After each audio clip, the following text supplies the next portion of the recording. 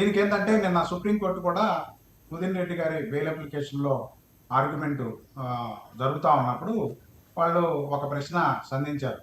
వారి న్యాయవాది సింఘ్వి గారు ఏమనంటే, మరి మీ గతంలో మీరు ఇచ్చినటువంటి ఆదేశాల ప్రకారం మేము హైకోర్టుకి వెళ్ళాము, కానీ హైకోర్టు బెయిల్ ఇవ్వడానికి నిరాకరించింది, యాంటిసిపేటరీ బెయిల్. కాబట్టి మీ దగ్గరికి గత్యంతరమైన పరిస్థితులు వచ్చాం కాబట్టి బెయిల్ ఇవ్వమని చెప్పేసి కోరారు. అయితే సుప్రీంకోర్టు స్ట్రైట్ అవే ఒకటే ప్రశ్న వేసింది.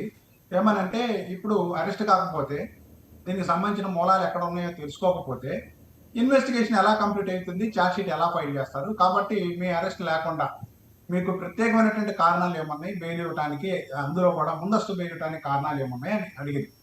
దానికి రాష్ట్ర ప్రభుత్వం తరఫున హాజరైనటువంటి రోహత్గి గారు ఏం చెప్పారంటే, ఇది ఈ విధంగా బెయిల్ ఇవ్వడం వల్ల ఇప్పుడు ఈ ఇన్వెస్టిగేషన్ మధ్యలో హ్యాంపర్ అవుతుంది. ఇన్వెస్టిగేషన్